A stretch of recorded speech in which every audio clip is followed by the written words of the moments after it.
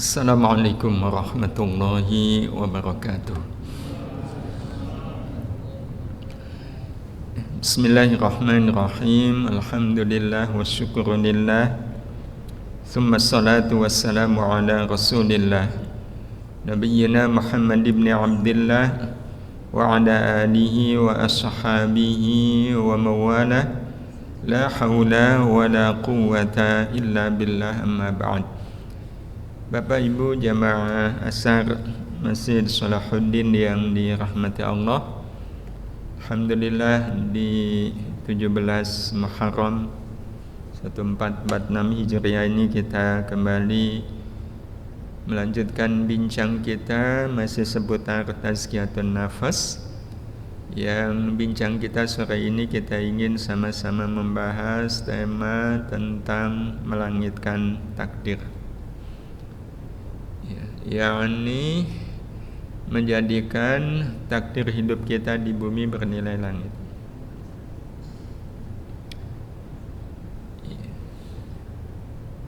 Jadi apapun takdir hidup kita, itu nilainya adalah nilai langit. Ini yang kita maksudkan dengan melangitkan takdir. Nah, bicara soal takdir ini, Bapak Ibu yang dirahmati Allah Subhanahu wa taala, sebenarnya masalahnya bukan pada takdirnya, tapi sejauh mana kita bisa menemukan makna di balik takdir. Karena tidak ada yang lebih diharapkan dari sebuah takdir selain makna.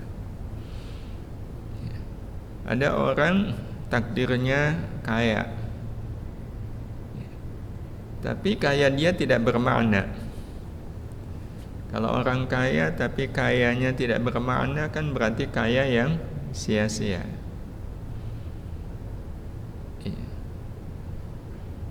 Atau bisa jadi bermakna tapi maknanya jelek.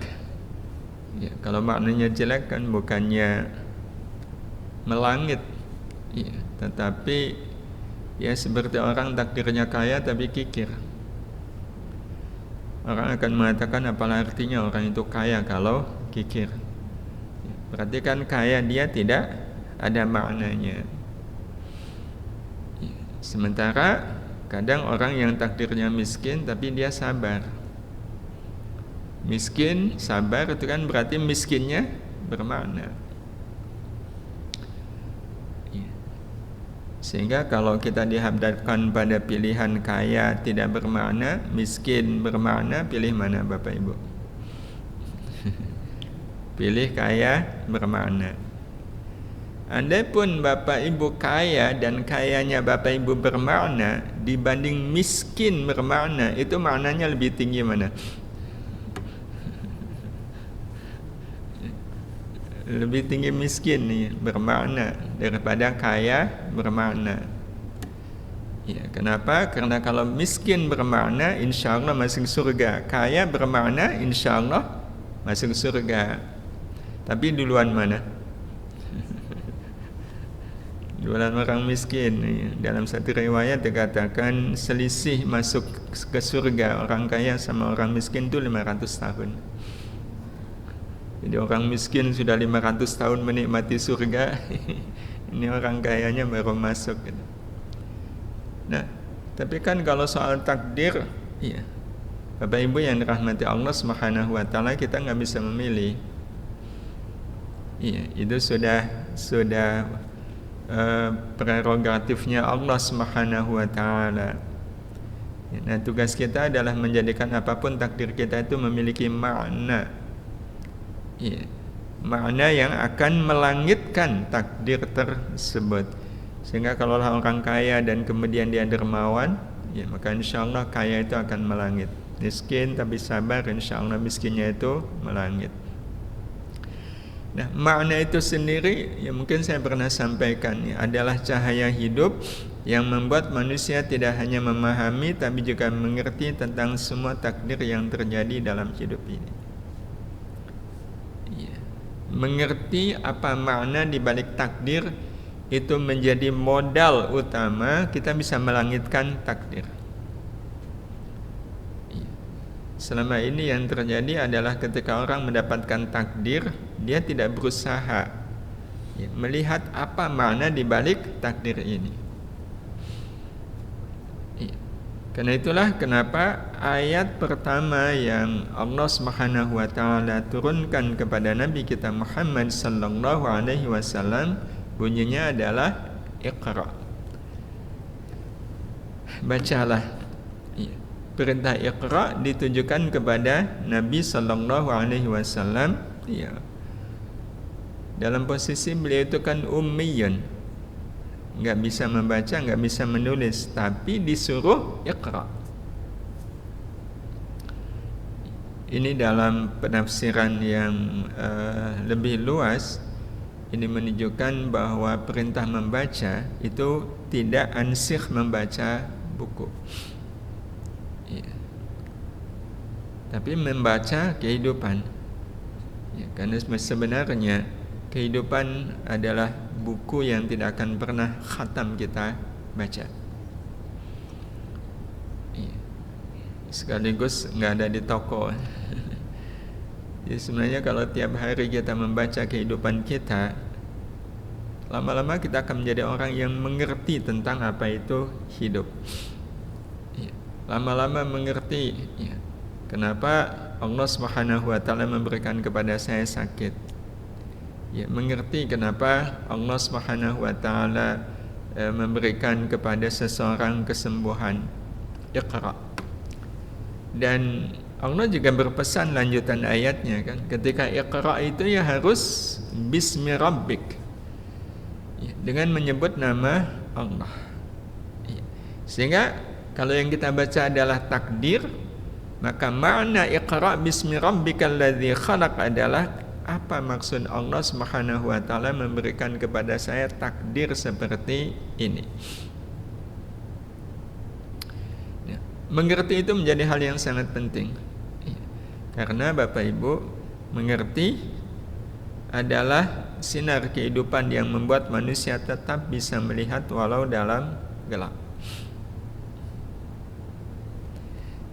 Saya mungkin pernah menyampaikan ilustrasi tentang mengerti seperti ini. Kalau seandainya Bapak Ibu ada acara malam hari, kemudian sholat isya bersama di masjid ini, selesai sholat isya kok perut mules.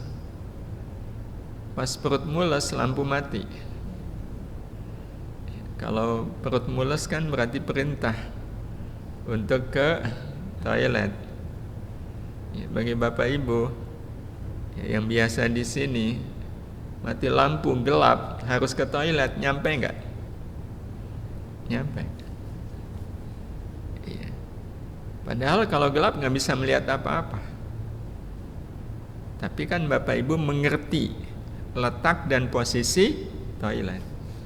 Jadi walaupun dalam gelap, dengan pengertian itu tetap membuat kita sampai. Dan ini yang sebenarnya dibutuhkan oleh kita, mengerti tentang takdir. Sebagai contoh, orang kalau dihina itu cenderungnya dunia terang atau gelap. Bayangkan kalau seandainya ada orang menghina dengan penghinaan, ini rasanya nggak layak ya di pengajian, tapi kalau untuk contoh ya biar mantep gitu, dasar wajah bajingan gitu. Itu dunia rasanya terang benderang atau gelap? Gelap. Maka apa yang terjadi kalau orang nggak punya pengertian? Terjadilah. Kalau sampai tingkat tertentu ngelihat pisau, bisa bicara itu pisau. Kenapa? Karena gelap. Tapi Bapak Ibu yang dirahmati Allah Subhanahu wa taala, orang yang punya sinar pengertian, karena dia terbiasa Iqra, dihina begitu nggak ada masalah. Karena hadirin hadirah yang dirahmati Allah Subhanahu wa taala, semua takdir apapun takdir Allah Subhanahu wa taala itu pasti mengandung pelajaran. Pasti ada pelajaran yang bisa diambil. Nah, salah satu pelajaran yang kita dapatkan dari takdir adalah peristiwa yang dialami manusia di bumi yang menggemakan kebaikan di langit. Ini sebenarnya keniscayaan dari takdir. Jadi apapun takdir kita itu harus menggemakan kebaikan di langit. Jadi kalau seandainya kita bareng teman-teman di sebuah tebing, teman kita teriak Allahu Akbar. Kalau di tebing kan kita akan mendengar gema Allahu Akbar. Yang satunya Alhamdulillah, Alhamdulillah. Pas giliran kita Subhanallah, kok nggak ada gema? Itu kita curiga nggak dengan diri kita sendiri? Nah, posisinya sama, di tempat yang sama.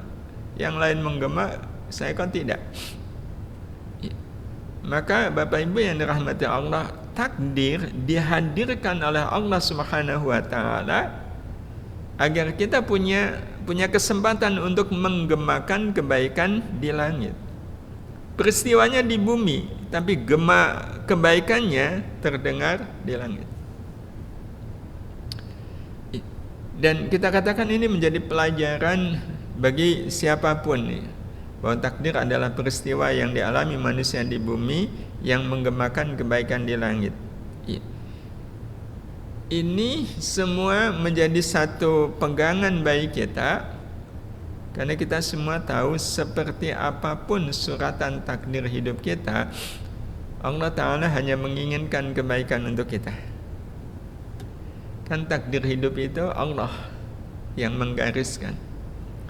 Dan kalau kita perhatikan, apapun suratan takdir hidup yang Allah gariskan untuk manusia, Allah itu hanya menginginkan kebaikan untuk kita. Jadi ada orang yang takdirnya tiap hari hujan uang, kaya raya dia. Ada nggak kebaikan yang Allah inginkan dari takdir kaya? Ada. Bagaimana dia menjadi orang yang dermawan, bagaimana dia menjadi orang yang suka menolong, membantu. Itu kalau takdirnya kaya raya. Kalau takdirnya miskin, musibah, tetap di dalamnya ada kebaikan.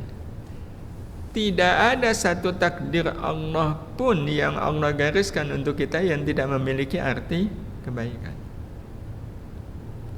Ya, bahkan dalam pernyataan lain, apapun takdir hidup kita adalah jawaban terbaik dari Allah atas keinginan kita untuk menjadi orang baik.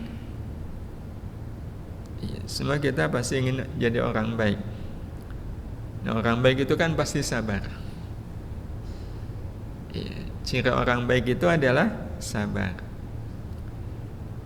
Sehingga kita semua pasti ingin jadi orang sabar. Ya, kita semua pasti ingin jadi orang sabar. Allah tahu keinginan kita untuk jadi orang sabar. Allah juga membantu keinginan kita untuk jadi orang sabar. Apa bentuk bantuan Allahnya? Allah bantu dengan Allah berikan kepada orang yang sabar, orang yang ingin sabar, Allah berikan musibah. Maka berdasarkan logika pengertian, musibah itu ujian, cobaan, atau karunia. Kalau menggunakan sinar pengertian, musibah itu adalah karunia. Itu cara Allah Subhanahu wa taala membantu kita agar kita bisa menjadi orang yang sabar.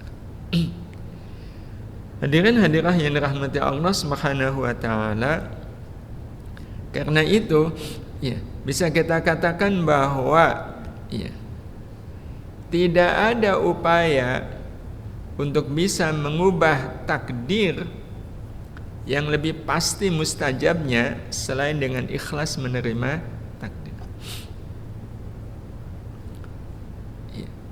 Ini cara kita mengubah takdir.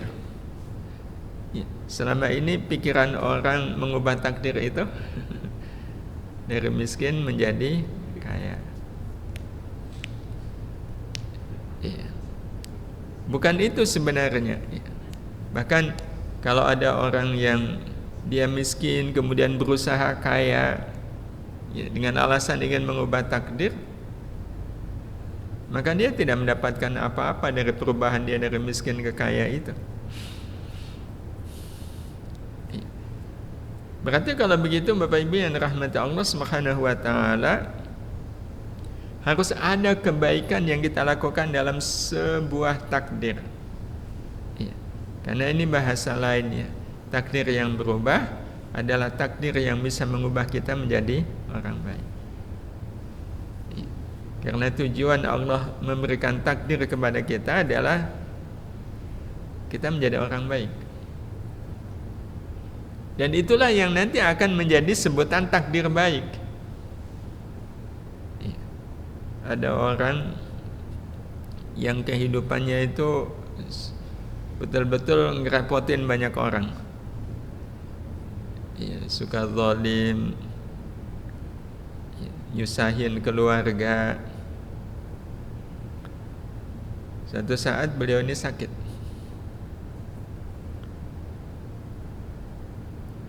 Tapi entah kenapa pada saat dia sakit itu dia ingat dengan semua kesalahannya. Pada saat dia sakit dia ingat dengan dosa-dosanya. Dan dalam keadaan dia masih sakit, dia kemudian menyatakan dirinya taubat kepada Allah Subhanahu wa taala. Pertanyaannya, sakitnya beliau ini itu takdir baik atau takdir buruk?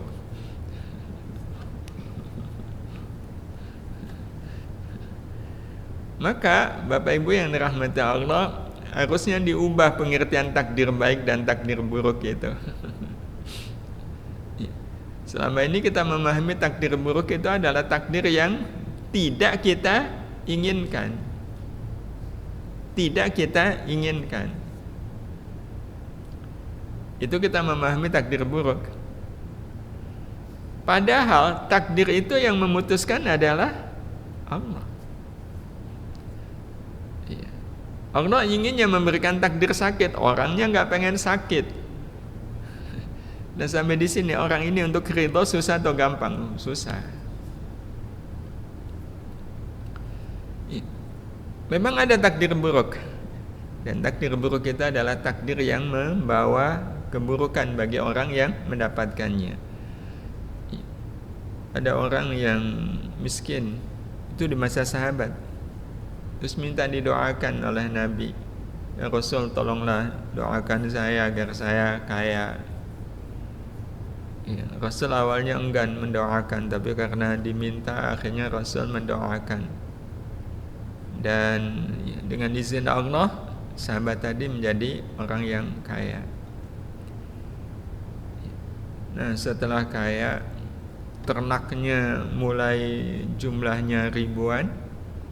Awalnya rajin sholat berjamaah, mulai sholat jamaahnya jarang, tapi masih kelihatan ketika Jumatan.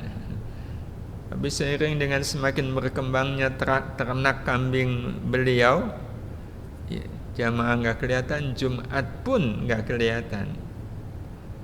Tapi karena statusnya masih sahabat, kaya-kaya kan, akhirnya Rasul menyuruh sahabat untuk meminta zakat kambing beliau yang jumlahnya ribuan itu. Sekali mau memberikan zakat kambingnya, 2 kali sampai 3 kali orang tadi mengatakan ini bukan zakat, ini pemerasan. Jadi menganggap zakat itu sebagai pemerasan. Ini kan berarti takdir baik membawa keburukan. Hadirin hadirah yang dirahmati Allah Subhanahu wa taala.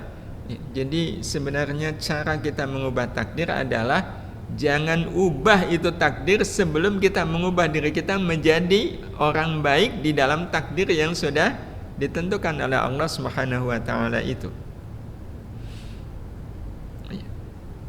Jadi kalau semisal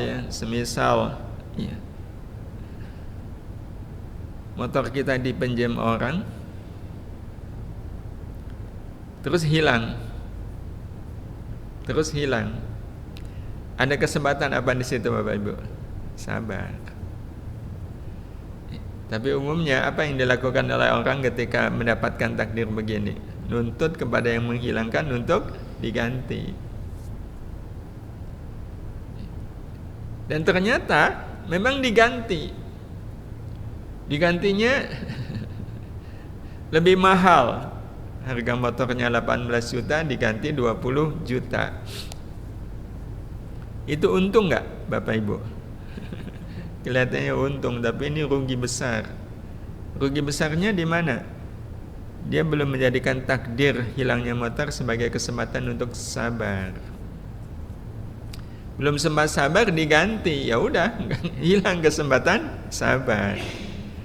Ya, tapi bayangkan kalau seandainya pas baru pertama kali dikasih tahu motornya hilang, kemudian kita mengatakan, udah Pak, nggak apa-apa. Ya semua memang sudah takdir Allah, nggak apa-apa. Ya, tapi beliau mengatakan, tapi saya tanggung jawab Pak, saya nggak ingin menyusahkan orang. Ya, ini saya ganti 20 juta. Nah walaupun diganti 20 juta, kalau kita sempat mengatakan tadi, itu berarti kita terhitung sebagai orang yang sabar belum? Sudah. Iya, sudah. Nah, sehingga sabarnya dapat, 20 jutanya juga dapat. Beda kalau tadi langsung menuntut. Hadirin hadirah yang rahmati Allah Subhanahu wa taala, satu hal yang kita betul-betul harus pegangi, keseluruhan hidup kita adalah kebaikan Allah. Ya. Keseluruhan hidup kita ini adalah kebaikan Allah Subhanahu wa taala. Ya. Termasuk takdir tadi. Ya. Tidak ada satupun takdir hidup manusia kecuali di situ ada kebaikan Allah Subhanahu wa taala. Ya. Tidak akan mungkin ada takdir tanpa ada kebaikannya. Dan memang Allah hanya menginginkan kebaikan dari takdir-takdir tadi. Ya. Hadirin hadirah yang dirahmati Allah Subhanahu wa taala, bisa saja Allah memberikan kebaikannya itu langsung kepada hamba yang dipilihnya. Iya. Jadi semisal ya, Bapak Ibu nanam pohon, pohon yang lain belum berbuah, pohon kita berbuah. Itu kebaikan Allah bukan? Ya, yang langsung Allah berikan kepada kita. Walaupun langsungnya ya lewat pohon ya. Iya. Atau kalau zaman sekarang sih jarang ya. Kalau zaman dahulu itu model-model begini banyak ya. Ya, Mas Fakih pas ambil dompet, pas buka tadi pagi itu udah dicek jumlahnya 5.000. Sekarang kok ada 500.000. Siapa yang memasukkan? Itu berarti kebaikan yang Allah Subhanahu wa taala berikan secara langsung. Maka kita menerimanya sebagai rahmat untuk membuat diri beramal baik. Itu kalau kebaikannya langsung. Tapi bisa jadi Allah menitipkan kebaikannya itu lewat orang-orang yang dipilihnya. Dan orang yang dipilihnya itu, Bapak Ibu yang dirahmati Allah Subhanahu wa taala, bisa jadi mereka adalah orang yang baik kepada kita. Allah memberikan kebaikannya kepada kita lewat orang-orang yang baik. Iya, semisal ya, Bapak Ibu punya istri yang baik, punya orang tua, mertua yang baik. Itu kan berarti Allah menitipkan kebaikan kepada kita lewat orang-orang baik, teman-teman yang baik. Nah tentu ada makna di balik itu. Apa maknanya? Perintah agar kita bersyukur kepada Allah Subhanahu wa taala. Wujud syukurnya pertama memahami semua kebaikan sesama manusia adalah rahmat Allah semata. Jadi tetap kita meyakini bahwa ini adalah rahmat yang Allah berikan kepada saya melalui teman, melalui tetangga. Jadi bisa jadi kita punya tetangga yang baik, yang ngirim kita makanan. Kita punya keyakinan makanan ini adalah rahmat dari Allah Subhanahu wa taala. Tidak kita gunakan untuk kebanggaan dan kesia-siaan, dan menggunakan semua kebaikan sesama sebagai kesempatan untuk meraih rahmat Allah yang lebih banyak. Ini kalau kebaikannya Allah titipkan kepada kita melalui orang-orang baik. Tapi mungkin gak Bapak Ibu Allah menitipkan kebaikan itu lewat orang-orang yang tidak baik ke kita? Allah menitipkan kebaikannya untuk diberikan kepada kita lewat orang-orang yang tidak baik kepada kita. Itu mungkin. Datang orang menghina kita. Kalau orang menghina berarti dia adalah orang yang gak baik ke kita kan. Tapi sebenarnya orang yang menghina kita itu mengantarkan apa? Mengantarkan kebaikan Allah untuk kita. Apa nama kebaikannya? Memaafkan.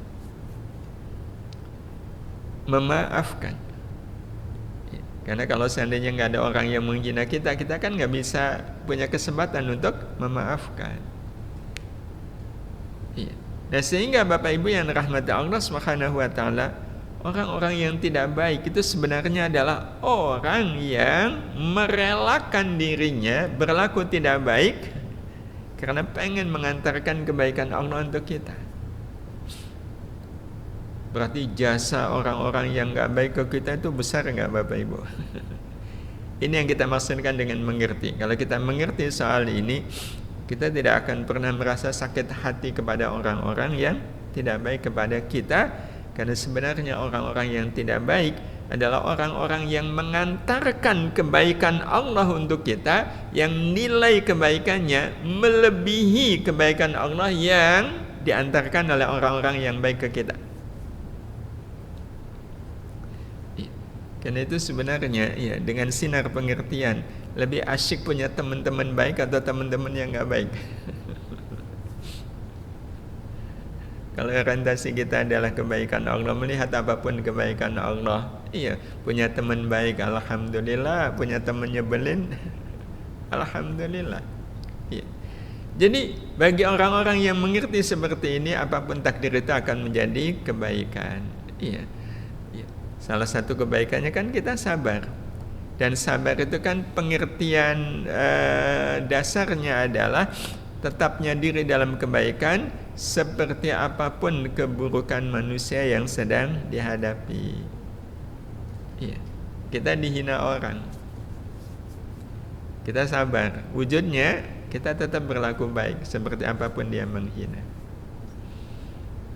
Seperti apapun dia berlaku tidak baik, sikap kita kepada dia adalah sikap yang baik.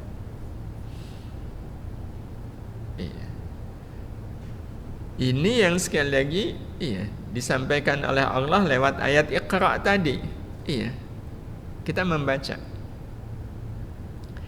Karena Bapak Ibu yang dirahmati Allah Subhanahu wa taala, bicara tentang kebaikan yang Allah Subhanahu wa taala berikan kepada kita lewat orang-orang yang tidak baik. Lewat orang-orang yang tidak baik. Itu ada 3 kemungkinan makna. Ada 3 kemungkinan makna. 3 kemungkinan makna itu, yang pertama Allah ingin menghapus dosa-dosa kita.